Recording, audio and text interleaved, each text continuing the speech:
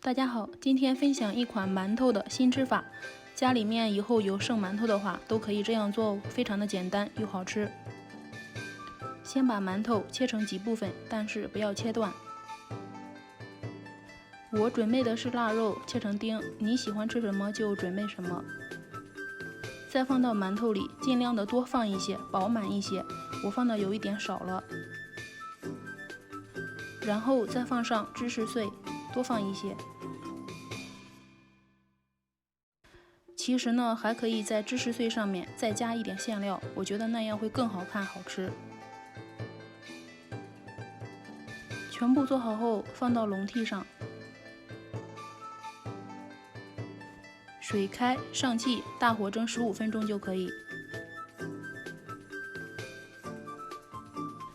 接下来我们就看一下，里面是拉丝的，喜欢的话大家可以试试哦。馒头这样做真的挺好吃的。